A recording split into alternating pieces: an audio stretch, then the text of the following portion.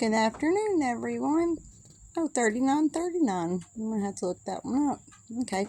That's how much time I have left before I guess I need to probably go ahead and be proactive and maybe delete some stuff before I run out of my 39 minutes.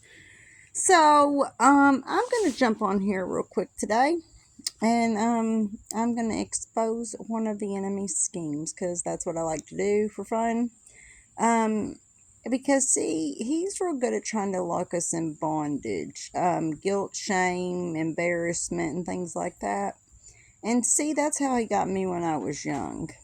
And so I'm going to go ahead and throw this testimony out real quick because by doing it, it's going to help other people. And once again, by doing it, I'm hitting them with a 1, 2, 3 punch because this is how he got me for 3 years. When I was 18 years old, from the time I was 18, I think, well, 2 years, yeah, from the time I was 18 to the time I was 20, he got me to self-isolate because of what he did to me and out of shame and embarrassment. And so here's what you do when he gets you like that. You expose him for what he did. And so when I was 18 years old, I had a periodontal disease and I had to get all my teeth pulled at 18 because this periodontal disease was so bad that I had so much infection in my mouth and my jaw and in my brain that it was going to kill me. And it was so bad that I went to the doctor and um, he knew a dentist that actually did it pro bono for me. And I remember when the dentist did it, he told me I was 18 and I hadn't been 18 long either. And he told me that I only had one tooth in my mouth at 18 that was still good enough to save. And mind you, like I brushed my teeth every day, morning and night. It wasn't that. It was a periodontal disease that caused infection. And basically, what would happen is like it would take, it would basically eat like a hole in my tooth all the way up until it made it empty on the inside. And then, like when I was 13, I think it was, I went to Dairy Queen and I bit into a cheeseburger and it broke my molar in the back in half. And so it like hollowed out the tooth and then broke it in half. And so in order to save my life, he had to take out 30 something teeth when I was 18, I think. But anyways, out of the guilt and the shame, embarrassment, and all these things that I felt at 18, I secluded myself because I didn't look the same. I couldn't recognize myself because it was like, who am I? I didn't know who I was. I lost my identity.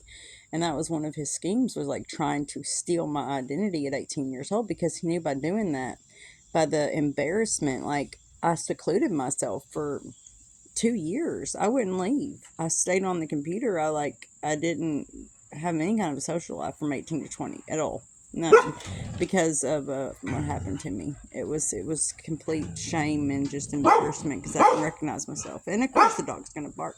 Excuse me, ma'am. Can you please not bark right now until I'm finished? Thank you. Okay, so I just want to expose this little tactic of him, because by doing that, see, it takes his power away. And I mean, I moved on from it, but at the same time, it's like I can see he's trying to get in on me on it. He's trying to, but see, I'm not going to let him. And the way you don't let him do it is by exposing what he's doing, exposing his tactics, because then you get your power back. And that's how this works. I'm taking my power back from him because, see, before 20 years ago, I couldn't even talk about it, much less like I couldn't go in public about it. It was a really difficult thing for me to overcome in my life. I'm talking one of the biggest obstacles for me to overcome. Um, it was so bad, like I cut my pictures up from my childhood. I didn't even want to see, because I used to have a beautiful smile, and as a kid, and then it was taken.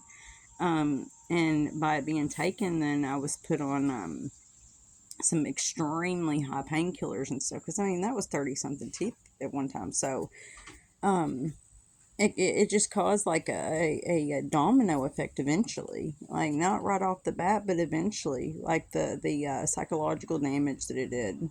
It sure it did. He fed off of that, off of my insecurities for a very long time, and I'm not going to let him do it no more.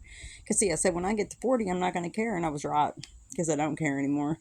I don't care if people want to judge me. They don't know what I've been through. They don't. And so it don't bother me anymore. And so I just want to expose that little tactic that he tries to pull on people. You're beautiful just the way you are. You know, don't allow the enemy to steal your joy and to steal your identity.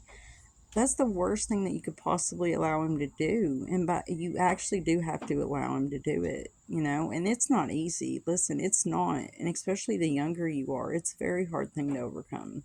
And so I have empathy for you if you're going through something that's that traumatizing, but at the same time, don't give him a foothold on you.